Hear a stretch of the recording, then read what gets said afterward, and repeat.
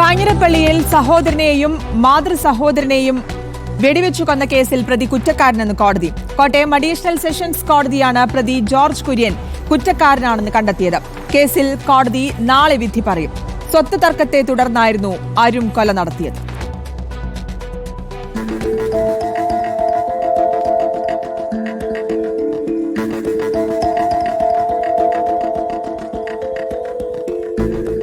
പ്രതി ജോർജ് കുര്യൻ, ഇയാളുടെ സഹോദരൻ രഞ്ജു കുര്യൻ, മാതൃസഹോദരൻ മാത്യൂസ് കറിയ എന്നിവരെയാണ് വെടിവെച്ച് കൊലപ്പെടുത്തിയത്. 2022 മാർച്ച് 7 സംഭവം. 76 സാക്ഷിമൊഴികൾ, 278 പ്രമാണങ്ങൾ, 75 സാഹചര്യ തെളിവുകൾ എന്നിവ പ്രോസിക്യൂഷൻ ഹാജരാക്കി.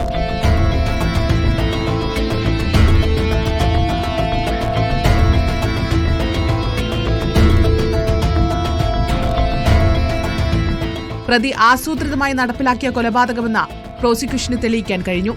ബാലിസ്റ്റിക് പരിശോധനാ റിപ്പോർട്ടും DNA റിപ്പോർട്ടും അടക്കം അന്വേഷണത്തിൽ നിർണായകമായി.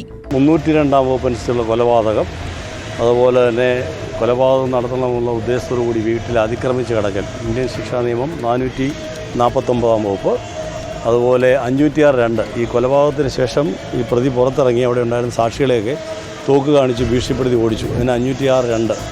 പിന്നെ section 30 of the arms act, Indian ആയുധ നിയമത്തിൻ്റെ 30-ാം വകുപ്പിന് ലംഘനം.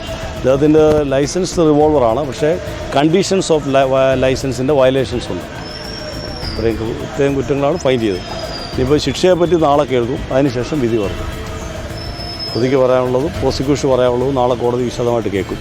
അതിനുശേഷം മാത്രമേ അതിൻ്റെ വേർഡിക്റ്റ് പ്രൊനൗൺസ് ചെയ്യത്തുള്ളൂ. എത്രയായിരിക്കും ശിക്ഷ നാളെ തന്നെ ഉണ്ടാവുമായിരിക്കും. എത്രയായിരിക്കും ശിക്ഷ എന്നുള്ളത് നാളെ കേൾക്കും. വിചാരണ നടപടികൾ വേഗത്തിൽ പൂർത്തിയാക്കാൻ അവസാനം സഹായിച്ചത് കേരള ഹൈക്കോടതിയുടെ ഒരു ഓർഡറാണ്. കേരള ഹൈക്കോടതി ഡിസംബർ വെക്കേഷന് മുമ്പ് ഈ കേസിൻ്റെ ട്രയൽ തീർക്കണമെന്നൊരു നിർദ്ദേശമുണ്ടായിരുന്നു. അതിനെതിരായിട്ട് പ്രതി സുപ്രീം കോടതിയെ സമീപിച്ചെങ്കിലും സുപ്രീം കോടതി അത് നിരസിച്ചു. അതോടെയാണ് പിന്നെ ഇതിൻ്റെ സ്പീഡി ട്രയലിലേക്ക് വന്നത്. കഴിഞ്ഞ ഏപ്രിൽ മാസം 24-ാം തീയതിയാണ് ട്രയൽ ആരംഭിച്ചത്. കഴിഞ്ഞ ഏപ്രിലാണ് കേസിന്റെ വിചാരണ തുടങ്ങിയത്. വേഗത്തിൽ വിചാരണ നടപടികൾ പൂർത്തിയാക്കണമെന്ന് നേരത്തെ ഹൈക്കോടതി നിർദ്ദേശിച്ചിരുന്നു. കാഞ്ഞിരപ്പള്ളി പോലീസാണ് കേസ് അന്വേഷിച്ച് കോടതിയിൽ കുറ്റപത്രം സമർപ്പിച്ചത്.